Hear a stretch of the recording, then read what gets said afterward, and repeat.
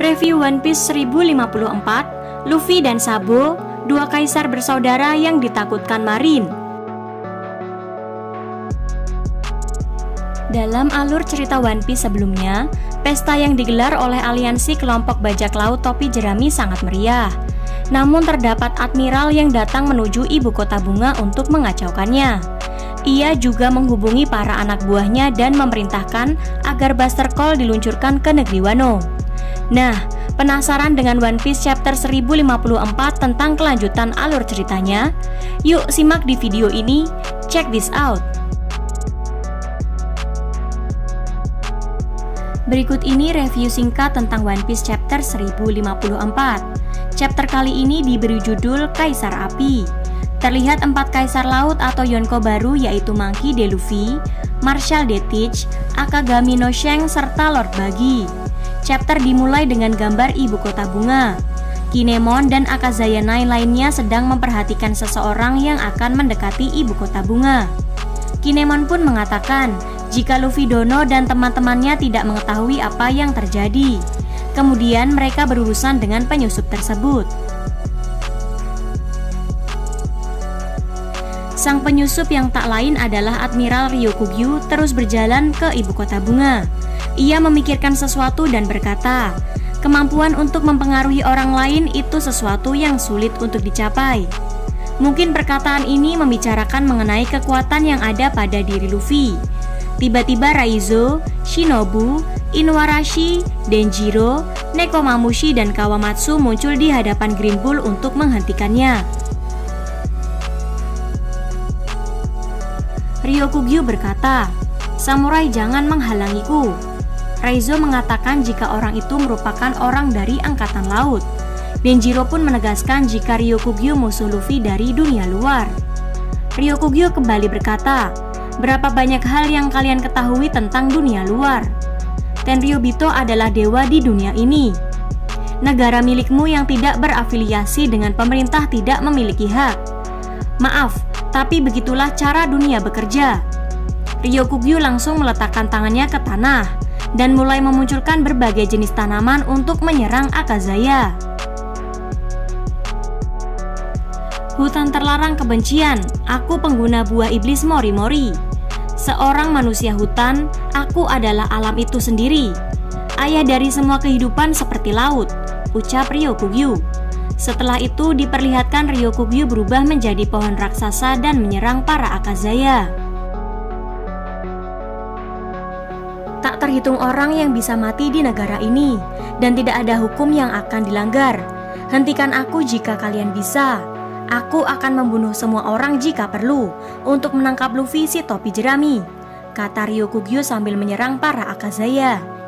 Yamato yang tiba-tiba muncul dari belakang Akazaya memukul kepala Ryokugyu dengan kanabo miliknya. Yamato berkata, "Kau tidak bisa dimaafkan." Serangan tersebut ternyata melukai Ryokugyu. Kanabo miliknya memiliki haki yang sangat kuat. Ryokugyu pun terkejut dan bertanya, "Siapa kau?" Yamato pun langsung menjawab, "Aku Yamato, anak dari Kaido." Ryokugyu terkejut setelah Yamato mengatakan dirinya anak dari Kaido. Setelah itu Kozuki Momonosuke mulai datang dengan wujud naganya. Ia sependapat dengan Yamato dan tidak akan membiarkan Luffy ditangkap, karena Luffy merupakan pahlawan bagi negerinya. Ryokugyu pun kembali terkejut ada sesosok naga yang berada di sana.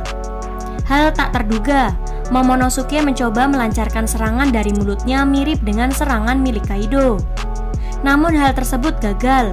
Ia pun langsung menggigit Ryokugyu dan membawanya pergi menjauh dari ibu kota bunga. Akan tetapi, Ryokugyu membuat akar yang membuat Momonosuke terjerat dengan serangan tersebut. Yamato berusaha menolongnya, tapi Momonosuke tidak mau dan menyuruhnya untuk pergi. Lalu, panel berpindah di air terjun pintu masuk Wano. Terlihat sebuah kapal yang ternyata kapal tersebut adalah kapal milik Shanks. Ada banyak perbincangan yang menarik antara Shanks dan krunya. Namun ia tidak berencana untuk menemui Luffy, padahal para krunya sudah menantikan pertemuan dengan Luffy. Terlihat juga Shanks yang sedang memegang poster buronan milik Luffy. Para kru Shanks yang baru juga terkejut jika kaptennya sangat mengenal baik Luffy. Flashback pun ditampilkan pada chapter ini guys. Diperlihatkan masa lalu Shanks saat mendapatkan buah gomu-gomu dari kapal CP9. Shanks pun berbicara kepada para krunya untuk pergi mengatasi Bartolomeo yang sudah merusak bendera miliknya yang telah diganti dengan bendera milik Luffy. Ia tidak mau jika reputasi dirinya sebagai Yonko tercemar gara-gara hal tersebut. Sepertinya ini asal mulai perseteruan antara Luffy dan Shanks secara tidak langsung ya guys. Di sini juga diungkapkan perkataan Shanks yang berkata kepada Bagman. Shanks berkata, "Hey Bagman, sepertinya kita akan bergabung ke dalam pertarungan untuk menemukan One Piece."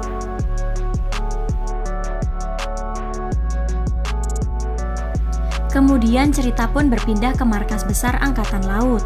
Sebuah pertemuan sedang berlangsung. Ada sesosok yang tak dikenal pada pertemuan tersebut. Diperlihatkan juga surat kabar berita utama yang berisi tentang kematian Raja Cobra yang merupakan pemimpin Alabasta yang dibunuh oleh Sabo pasukan revolusioner. Kemudian pembicaraan Angkatan Laut berbicara mengenai apa yang terjadi pada pertemuan Reverie. Seorang angkatan laut yang tidak dikenal tersebut berkata kepada Akainu agar tidak membiarkan tentara revolusioner bertindak seenaknya guys. Akainu mengatakan jika dirinya sudah mengetahui hal tersebut, namun mereka masih belum memiliki banyak pasukan untuk mengatasinya. Seorang angkatan laut yang tidak dikenal itu kembali berkata, "Pria yang bernama Sabo, Kaisar Api itu menjadi pahlawan di seluruh dunia." Diperlihatkan juga pasukan revolusioner yang ternyata membakar bendera pemerintah dunia, yang menandakan bahwa mereka menyatakan perang. Di sini juga dikatakan jika para pasukan revolusioner berhasil menyelamatkan Kuma guys. Tidak hanya itu saja, dikatakan juga Vivi menghilang hingga saat ini. Sosok yang tidak dikenal sebelumnya ternyata adalah Kuroma yang memiliki nama Tensei. Kuroma juga berkata jika akar permasalahan yang ada pada Reverie terjadi karena ulah Sabo. Dan di waktu bersamaan, adiknya yaitu Luffy telah merusak sistem dari bajak laut. Diketahui sebelumnya, jika Luffy juga menjadi salah satu kaisar lautan. Kedua bersaudara yang menjadi kaisar ini sepertinya menjadi pembicaraan penting oleh angkatan laut saat ini. Dan di akhir chapter diperlihatkan sebuah kota kecil. Di sana terdapat sebuah poster besar bergambar Sabo. Terdapat seseorang yang sedang berada di atas panggung memegang megafon.